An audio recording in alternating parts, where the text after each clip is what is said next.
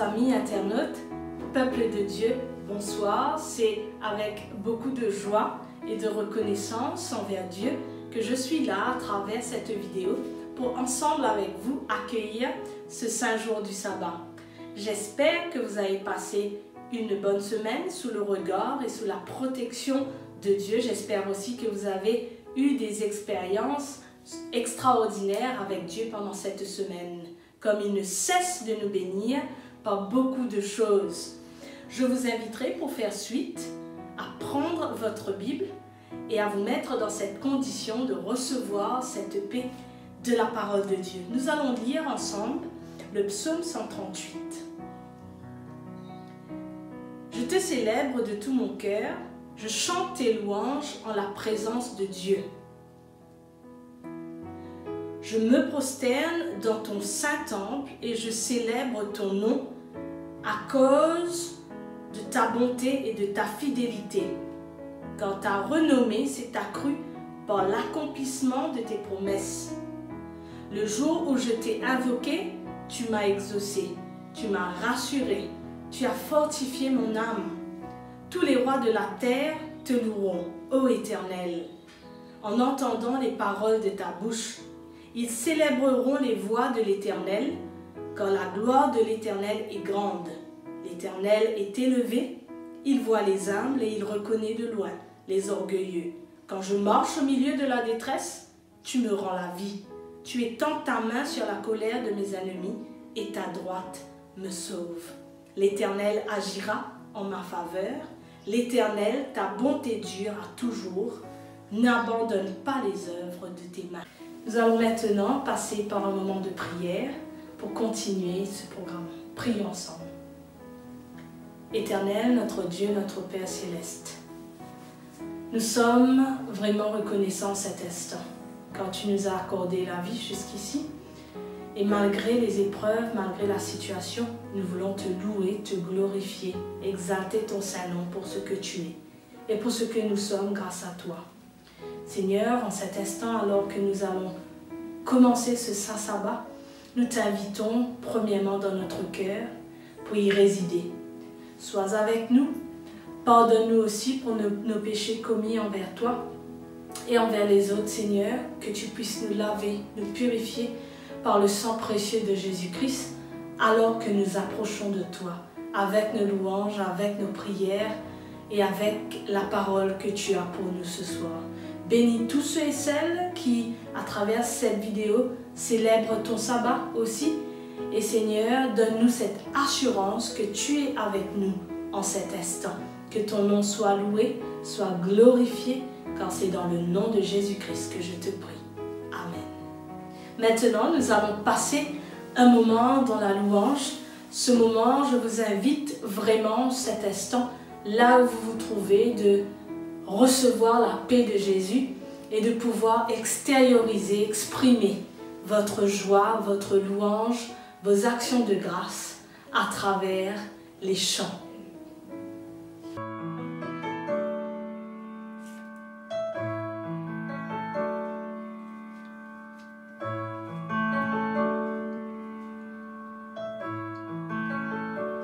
Dieu Tout-Puissant, quand mon cœur considère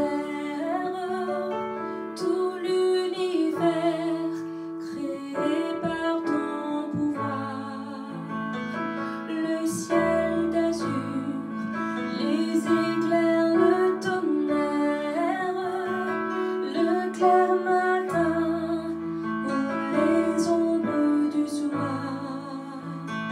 De tout mon être alors s'élève un chant.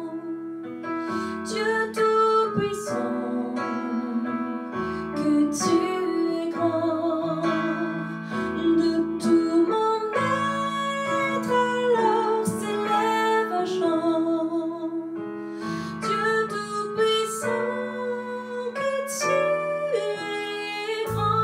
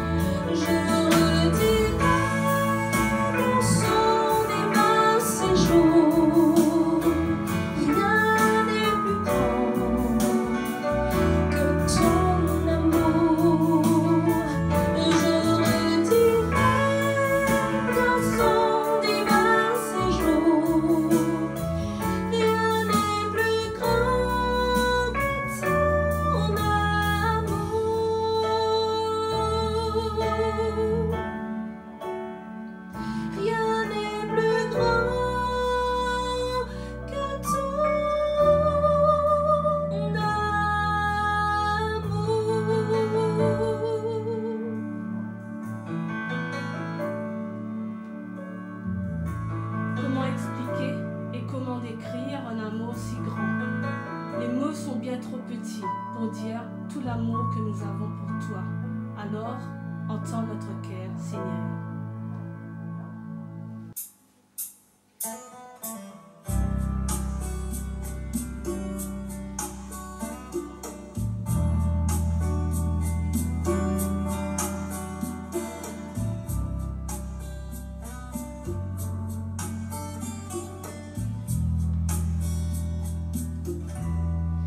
Comment expliquer et comment décrire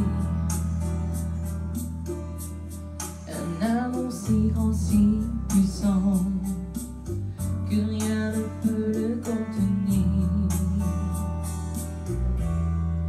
Tu sais mes espoirs, Seigneur, tu sais mes craintes. Mes mots sont bien trop petits pour dire tout l'amour que j'ai pour toi. Alors entends mon cœur, mon esprit qui te loue. Entends le chant d'amour d'un enfant racheté. Et je prendrai mes faibles mots pour te dire quel Dieu merveilleux tu es. Et je ne pourrai pas te dire combien je t'aime. Alors entends mon cœur. Si tout comme la pluie, les mots pouvaient couler. Et si j'avais l'éternité, je ne pourrais pas l'exprimer. Mais dans les battements de mon cœur, tu entendras toujours. Merci pour la vie, pour la vérité et pour le chemin. Alors entends mon cœur, mon esprit qui te loue. Entends le chant d'amour d'un enfant racheté.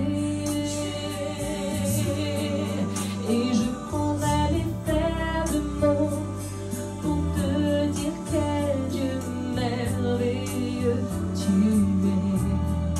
Je ne pourrai pas te dire combien je t'aime, alors entends mon cœur.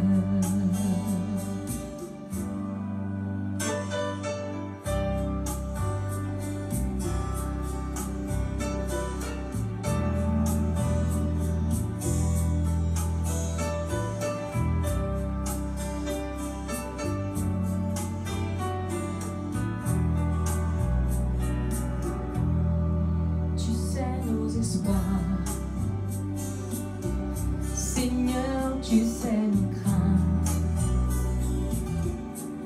Et nous sommes bien trop petits pour dire tout l'amour que nous avons. Alors entends nos cœurs, nos esprits qui te louent. Entends le chant d'amour.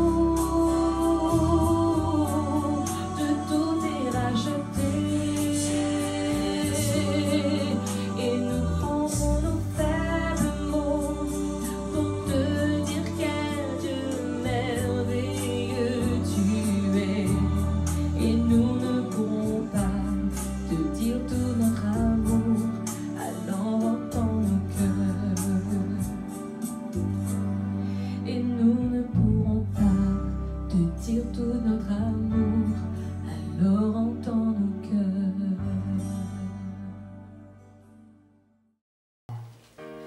J'espère que comme moi, vous avez passé un moment extraordinaire dans la louange et vraiment vous vous sentez plus près de Dieu que jamais. Maintenant, nous allons nous préparer pour la méditation de ce soir. Chers frères et sœurs et chers amis des églises adventistes de l'île Maurice, bonsoir. C'est avec beaucoup de joie que je m'adresse à vous ce soir, 9 ans après notre départ de Maurice pour la France en 2011. Mais sachez que Maurice reste à jamais dans nos cœurs. Nous vivons depuis presque 2 mois maintenant une crise que le monde n'a jamais connue auparavant. La pandémie du Covid-19.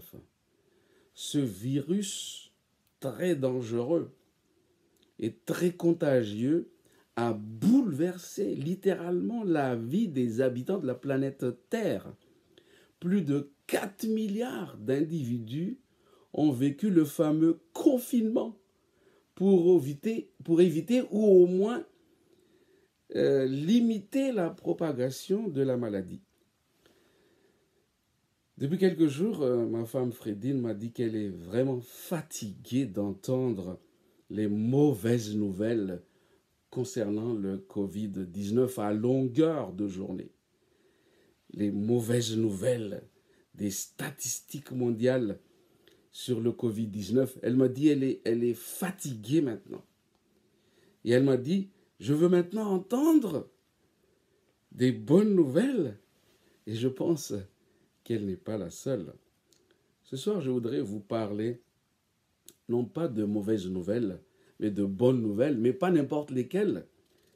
La bonne nouvelle de l'Évangile. Et je vous invite à ouvrir l'épître aux Romains que j'ai choisi, Romains chapitre 1er et à partir du verset 1er.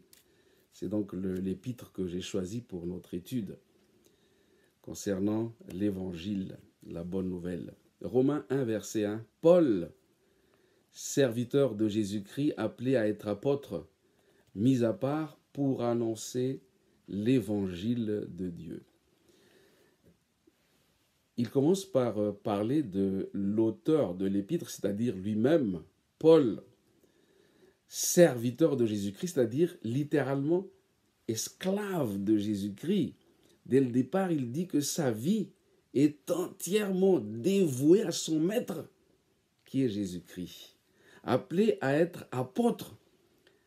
Le mot appel. L'appel dont il est question ici, c'est sa vocation. Dieu l'a appelé. Il a répondu à cet appel, quel qu'en fût le prix. Appelé à être apôtre. Apôtre veut dire envoyé. C'est Jésus qui l'envoie pour une mission. Mais cet apôtre, il dit qu'il est mis à part. C'est-à-dire, il s'agit d'une sainte vocation, d'un appel saint, une sainte mission. Encore une fois, Paul atteste dès le départ que sa mission est une mission d'origine divine. Mais quelle mission? C'est toujours le verset 1 qui répond à cette question, pour annoncer l'évangile de Dieu. Le mot évangile de Dieu apparaît pratiquement ici seulement dans le Nouveau Testament. Évangile de Dieu, c'est-à-dire cet évangile a pour origine Dieu. Cet évangile a pour auteur Dieu. Cet évangile a pour initiateur Dieu. C'est Dieu qui est l'architecte de cet évangile. L'évangile est né dans le cœur d'un Dieu d'amour. Comme je l'ai déjà dit, il est l'architecte de cette bonne nouvelle, de cet évangile. Nous arrivons maintenant au verset 2, qui avait été promis auparavant de la part de Dieu par ses prophètes dans les saintes écritures. Cette bonne nouvelle a été annoncée d'avance. Et ici, Paul dit qu'il a été promis de la part de Dieu. C'est une promesse divine, promis d'avance par ses prophètes dans les saintes écritures. Selon Paul, l'Ancien Testament, qui étaient les écritures de son époque, l'Ancien Testament renferme les promesses divines de cet évangile, de cette bonne nouvelle. En d'autres mots, les Saintes Écritures renferment les promesses de cet évangile de Dieu. Romains 1 au verset 3 maintenant. Ce verset 3 répond à la question, mais qu'est-ce que l'évangile? Qui est l'objet de cet évangile, de cette bonne nouvelle? Au verset 3, et qui concerne son Fils. L'évangile, c'est le Fils de Dieu, né de la postérité de David selon la chair. Ce fut une promesse divine qui s'est réalisée. Il est question ici, nous le voyons, de l'humanité du Christ. Et cette humanité du Christ, née de la postérité de David selon la chair, c'est une bonne nouvelle, c'est un évangile. Pourquoi c'est un évangile? C'est parce que Jésus est notre frère. Il est venu, il a revêtu notre nature. Il est devenu comme l'un d'entre nous dans le but de nous sauver. Et nous arrivons au verset 4. Romains 1, verset 4. Et déclaré fils de Dieu avec puissance, selon l'esprit de sainteté, par sa résurrection d'entre les morts, Jésus-Christ, notre Seigneur. Si le verset 3 parle de l'humanité du Christ, en tant que bonne nouvelle, le verset 4 parle de sa divinité. Et cela, c'est aussi une bonne nouvelle. L'humanité du Christ et la divinité du Christ sont une bonne nouvelle. Cette double nature du Christ est résumée par un texte de l'apôtre Jean dans son évangile au chapitre 1er et au verset 14. Double nature divino-humaine du Christ. La parole a été faite chair et elle a habité parmi nous, pleine de grâce et de vérité, et nous avons contemplé sa gloire. Une gloire comme la gloire du Fils unique venu du Père.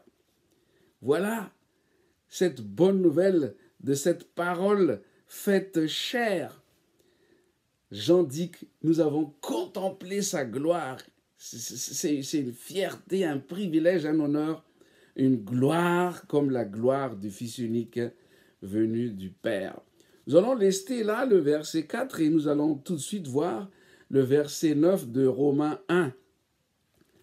Alors, le texte nous dit « Dieu que je sers en mon esprit dans l'évangile de son Fils, m'est témoin que je fais sans cesse mention de vous. » Ici, Paul parle de l'évangile de son Fils. Au verset 1er, l'évangile de Dieu. Verset 9, l'évangile de son Fils.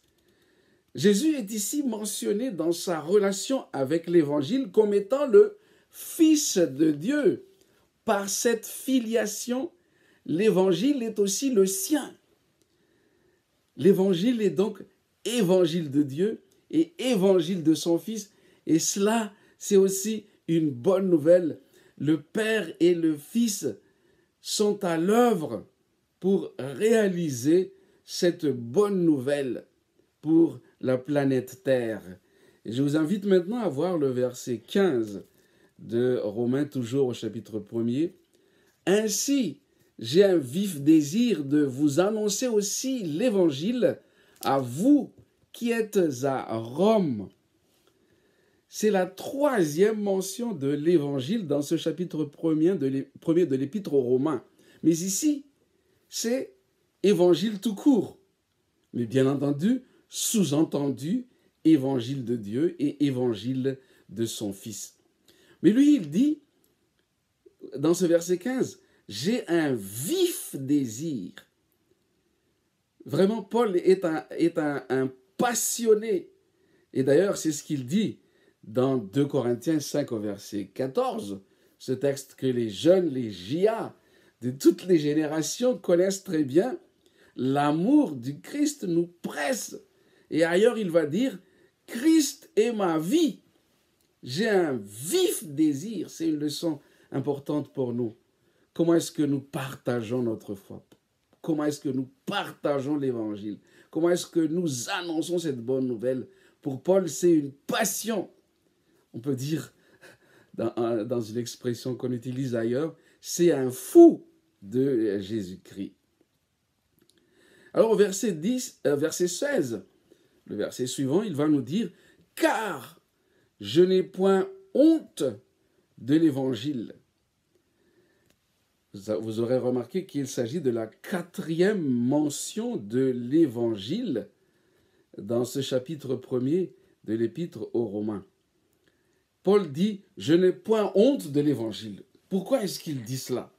Eh bien, souvenons-nous que l'Épître est adressée aux Romains qui habitent Rome, capitale de l'Empire romain. C'est la capitale impériale. Les Romains s'enorgueillissaient de cette capitale. Pour eux, le christianisme, c'est quoi? Fondé par un juif du nom de Christ, venant d'une lointaine province romaine, la Palestine. Vous savez, les juifs et les chrétiens étaient très mal vus, voire méprisés par les Romains. C'est quoi cette religion? C'est quoi ces deux religions monothéistes? Pour eux, c'est ridicule d'avoir un seul Dieu. Ils étaient orgueilleux et ils avaient des divinités qui, selon eux, étaient prestigieuses. Laissez-moi vous parler du top 10 des divinités romaines de l'époque. Jupiter, roi des dieux, Neptune, dieu de la mer, Pluton, dieu des enfers, Apollo, dieu du soleil, de la musique et de la prophétie, Mars, dieu de la guerre, Cupidon, dieu de l'amour, Saturne, dieu du temps, de la richesse et de l'agriculture, Vulcain, dieu du feu, Bacchus, dieu du vin, Mercure, dieu du gain financier, de la poésie et de l'éloquence, et j'en passe. Mais Paul dit qu'il n'a point honte de l'évangile de Dieu et de son Fils, et cela pour 5 raisons principales. Je pourrais même dire pour au moins 5 raisons principales. Première raison, le texte nous dit que c'est une puissance de Dieu. L'évangile n'est pas juste un enseignement, une morale de plus, c'est une puissance. D'ailleurs, dans le texte original, il n'y a pas d'article devant puissance. Le texte, si on veut le lire littéralement, se lit comme ceci. Car je n'ai point honte de l'évangile, c'est puissance de Dieu. Puissance tout court. Traduction de dynamis. Vous savez ce que c'est? Dynamis, dynamique, dynamiser, dynamiter. C'est une force, c'est une puissance. Quand on reçoit vraiment cet évangile, on ne reste pas les mêmes face à une telle puissance de transformation qu'est l'évangile de Dieu, l'évangile de son Fils. Deuxième raison pour laquelle Paul n'a point honte de l'évangile, c'est une puissance de Dieu pour le salut. La finalité, la raison d'être de l'évangile, c'est le salut. C'est la bonne nouvelle du salut. Recevoir l'évangile, c'est recevoir la vie éternelle. Troisième raison pour laquelle Paul n'a pas honte de l'évangile. L'évangile est une bonne nouvelle pour quiconque croit. Juifs et grecs, en d'autres mots, tous les hommes. Ce n'est pas une religion des Juifs, ce n'est pas seulement une religion des Grecs, ou seulement des Américains, ou des Mauriciens, ou des Blancs, ou des Noirs, ou des Métis. C'est une religion, une bonne nouvelle pour tous les hommes qui habitent cette planète Terre. Quatrième raison pour laquelle Paul n'a point honte. Romains 1 et maintenant le verset 17. Parce qu'en lui est révélée la justice de Dieu. L'évangile de Dieu et de Jésus-Christ est une révélation devant le monde et devant l'univers de la justice de Dieu. La croix révèle aux yeux de l'univers la justice de Dieu et son amour. Cinquième raison pour laquelle Paul n'a pas honte de l'évangile. Eh bien, c'est tout simplement pour répondre à la question comment obtenir cet évangile et se l'approprier pour recevoir la vie éternelle. Eh bien, le texte nous dit, verset 17, « Parce qu'en lui est révélée la justice de Dieu par la foi et pour la foi, selon qu'il est écrit, le juste vivra par la foi. » Je voudrais vous inviter à suivre avec moi la lecture de Romains 1,17 dans la traduction, la Bible en français courant. Voici le texte. En effet, la bonne nouvelle révèle comment Dieu rend les humains justes devant lui. C'est par la foi seule, du commencement à la fin, comme l'affirment les Écritures, celui qui est juste par la foi vivra. Quelle bonne nouvelle d'un Dieu qui a pris les choses en main pour nous sauver. Quelle bonne nouvelle de son Fils qui s'est joint à lui de tout cœur pour, dans un seul objectif, nous sauver. Il est au service de son amour et de sa justice et il a mis en œuvre un plan destiné à nous sauver du péché pour que nous puissions obtenir la victoire sur le péché, pour nous libérer. Le Fils est venu nous libérer, chers frères et sœurs. Cette bonne nouvelle, c'est son Fils. Comment recevoir cette bonne nouvelle? Eh bien, pour Paul, c'est la cinquième raison pour laquelle il n'a point honte. Et nous allons voir ensemble ce que l'apôtre Jean en dit dans son évangile au chapitre 1er et au verset 12. Jean 1, verset 12, qui résume ce que Paul a voulu dire dans cette expression quand il dit « En lui est révélée la justice de Dieu par la foi et pour la foi, selon qu'il est écrit, le juste vivra par la foi. » Jean 1, verset 12. « Mais à tous ceux qui l'ont reçu, à ceux qui croient en son nom, elle a donné le pouvoir de devenir enfants de Dieu, lesquels sont nés non du sang, ni de la volonté de l'homme, mais de Dieu. » Nous voyons dans ce texte de l'apôtre Jean, d'abord, à tous ceux qui l'ont reçu, recevoir, accepter l'évangile. À ceux qui croient en son nom. Ici, ça nous renvoie à Jean 3,16. Dieu a tant aimé le monde qu'il a donné son Fils unique, afin que quiconque croit ne périsse point, mais qu'il ait la vie éternelle. À ceux qui croient en son nom, elle a donné le pouvoir. Alors ici, c'est de nouveau le dynamisme, la puissance. Cette parole, par son Esprit Saint, nous donne le pouvoir de devenir enfant de Dieu. Là, on choisit le camp, on est soit enfant de Dieu, soit enfant de l'adversaire. Mais Jésus, à tous ceux qui l'ont reçu, donne le pouvoir de devenir enfants de Dieu, lesquels sont nés non du sang, ni de la volonté de l'homme, ni de la volonté de la chair, mais de Dieu. Quelle bonne nouvelle! Je n'ai point honte de l'Évangile. Qu'en est-il de vous? Plus tard, ce même apôtre Jean va dire dans Apocalypse 14, verset 6, qu'il s'agit d'un évangile éternel. Aujourd'hui, nous avons vu l'évangile de Dieu, l'évangile de son Fils, l'évangile tout court. Et nous avons vu cet homme qui n'avait point honte de l'évangile. Et dans ces derniers temps, cet évangile éternel doit être proclamé à tous les habitants de la terre, à toute tribu, à toute langue, à toute nation et à tout peuple.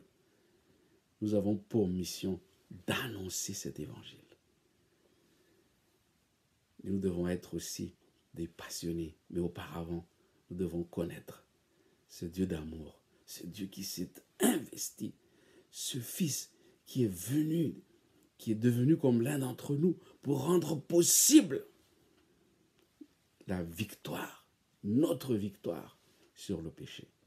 Il nous prépare une place en ce moment. Quelle bonne nouvelle! Et puis il reviendra. À ce moment-là, il y aura le véritable déconfinement, la véritable libération. Que le Seigneur nous aide et que nous puissions recevoir pleinement cet évangile pour avoir comme Paul le vif désir de l'annoncer aux autres. Amen.